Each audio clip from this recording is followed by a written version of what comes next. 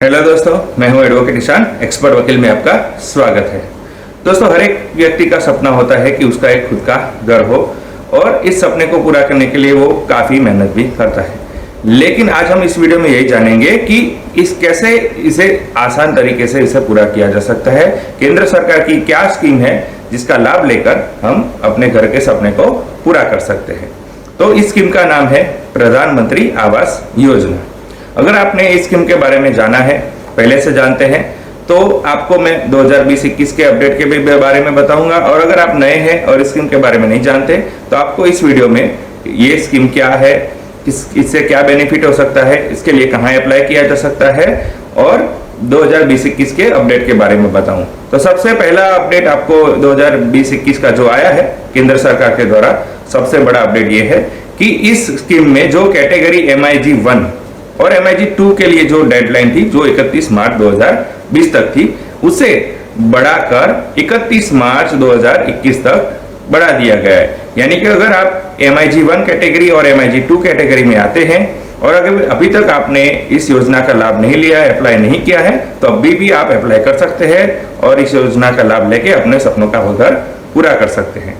तो दोस्तों, आज जानते हैं कि प्रधानमंत्री आवास योजना क्या है और उसका क्या बेनिफिट मिलता है। तो वीडियो को अंत तक जरूर देखिएगा ताकि आपको इन्फॉर्मेशन पूरी मिल सके। और अगर आपने अभी तक हमारे चैनल को सब्सक्राइब नहीं किया है तो अभी सब्सक्राइब कर लीजिए और साथ ही में बेल आइकन भी दबा दीजिए ताकि ऐसे इन्फॉर्मेशन और वीडियो जैसे हम अपलोड करें आप तक तुरंत पहुंच सके। तो चलिए शुरू करते हैं।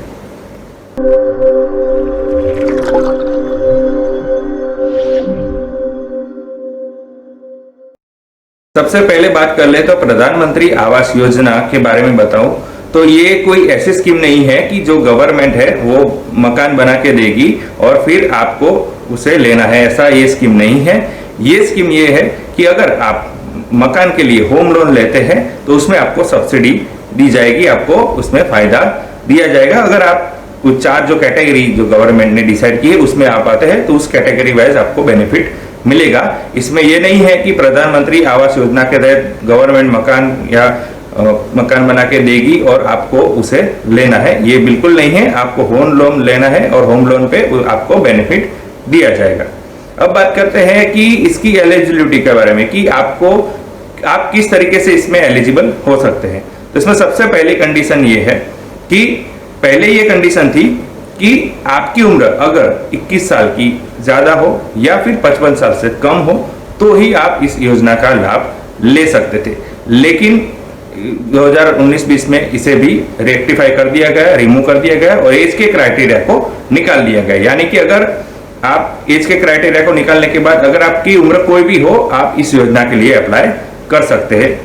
सिर्फ आपको आपकी उम्र 18 साल से ज्यादा होनी चाहिए। दूसरी कंडीशन ये है एलिजिबिलिटी के लिए कि जो परिवार इस योजना यानी कि प्रधानमंत्री आवास योजना के लिए अप्लाई कर रहा है उसमें हस्बैंड, वाइफ और बच्चे, यानी कि हस्बैंड, वाइफ और 18 साल से कम उम्र वाले बच्चे जो है उसमें से किसी भी परिवार के सदस्य के नाम पर मकान नहीं होना चाहिए। अगर किसी एक व्यक्ति के नाम पर भी, अगर परिवार के किसी भी एक व्यक्ति के नाम पर भी अगर आपके नाम पर मकान है तो आपको इस योजना का लाभ नहीं मिल सकता है। तीसरी और बहुत ही महत्वपूर्ण बात यह है कि कई लोग ये सोचते हैं, कई लोग ये ऐसा मानते हैं कि ये योजना जो प्रधानमंत्री आवास योजना है केवल नया मकान लेने के लिए, नया मकान बनाने के लिए ही इसमें लोन मिलता है। ऐसा नहीं है। अगर आपका मकान पुराना है और आप उसे अपग्रेड कराना चाहते हैं, कंस्ट्रक्शन कराना चाहते हैं, आपका मकान 1 माल का है और आप उसे दूसरी मंजिल के लिए बनाना चाहते हैं और लोन लेना चाहते हैं, तब भी आप इस योजना के लिए अप्लाई कर सकते हैं। यानी कि नया मकान खरीदने के लिए या फिर नया मकान बनाने के लिए या फिर पुराने मकान को भी आगे कंस्ट्रक्शन करने के लिए इस योजना के तहत लोन मिल सकती है। और चौथी कंडीशन ये है कि ये सैलराइड पर्सन, बिजनेस पर्सन और प्रोफेशनल तीनों यानी कि सबके लिए अवेलेबल है। लेकिन ये योजना की जो लोन है वो 20 साल से ज्यादा के लिए नहीं मिल सकती, यानी कि आपका जो टेन्योर रहेगा वो मैक्सिमम 20 ईयर्स का ही रहेगा। तो अब बात करते हैं कि इनकी जो कैटेगरी है कि ये कौन कौन से कैटेगरी में डिवाइडेड है और इसमें क्या क्या लाभ दिए गए हैं। इस योजना को 4 कैटेगरी में डिवाइड किया गया है। पहली है EWS यानी कि इकोनॉमिकल वीकर सेक्शन, दूसरी है LIG यानी कि लोअर इनकम ग्रुप, तीसरी है MIG 1 यानी कि मिडिल इनकम ग्रुप 1 और चौथी है MIG 2 यानी कि मिडिल इनकम ग्रुप 2। तो सबसे पहले बात करते हैं EWS के बारे में यानी कि इकोनॉमिकली वीकर सेक्शन के बारे में।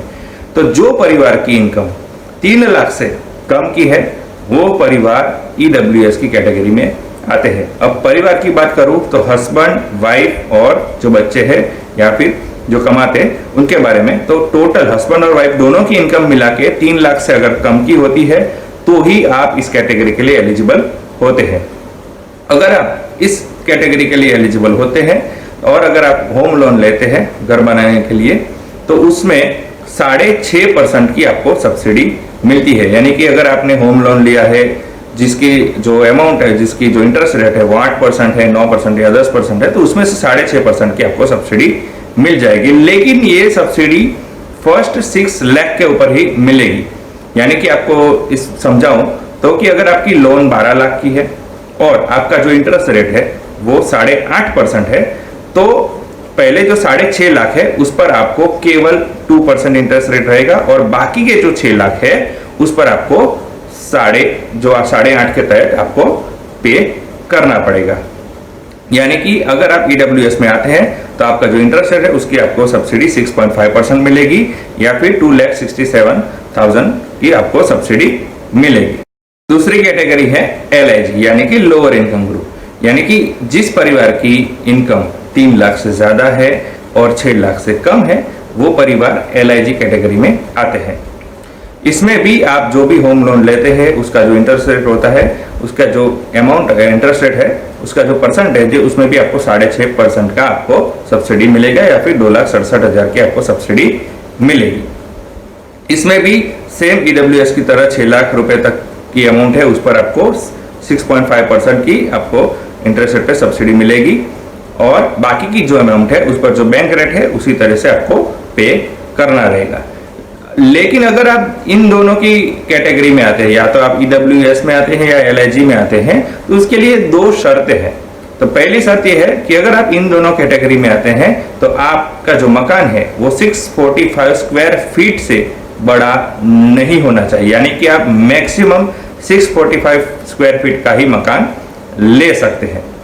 दूसरी कंडीशन यह है कि अगर आप EWS या LIG कैटेगरी में आते हैं और प्रधानमंत्री आवास योजना की तरह आप अप्लाई करना चाहते हैं तो को ओनर या फिर ओनर, यानी कि को ओनर या ओनर दोनों में से कोई एक फीमेल का होना जरूरी है। अगर आप केवल मेल है और अगर आप अप्लाई करते हैं नए मकान के लिए या फिर मकान बनाने के या लेने के लिए तो आपको ये सुविधा नहीं मिलेगी।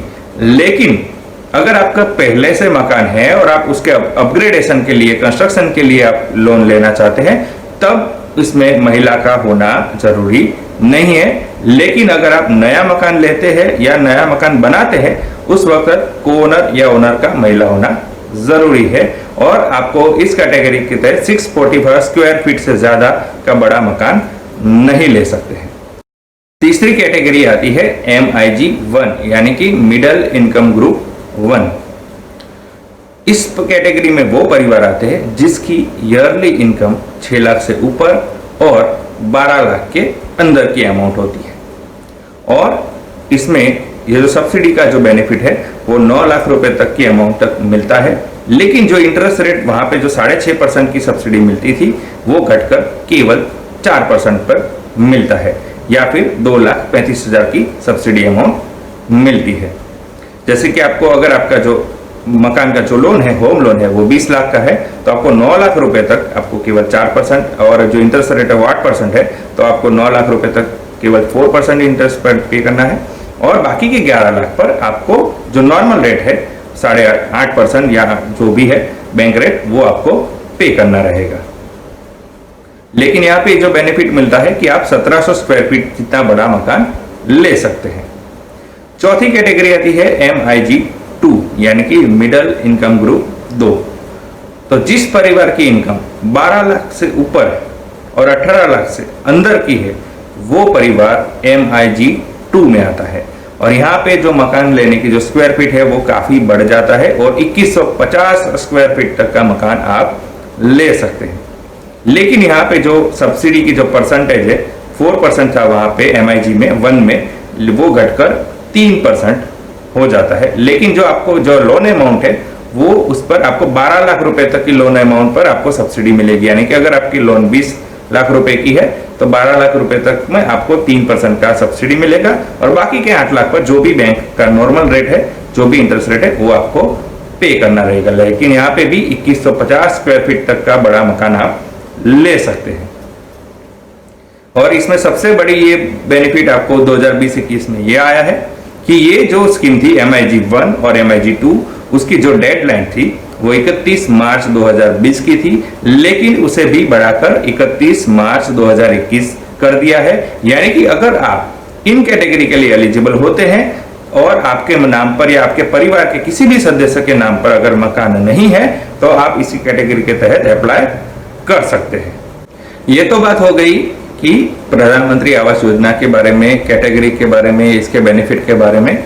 लेकिन अगर हम इसमें एलिजिबल होते हैं तो अप्लाई कहाँ करें, इसके लिए जाना कहाँ है, तो आप 3 तरीके से इस लोन के लिए अप्लाई कर सकते हैं।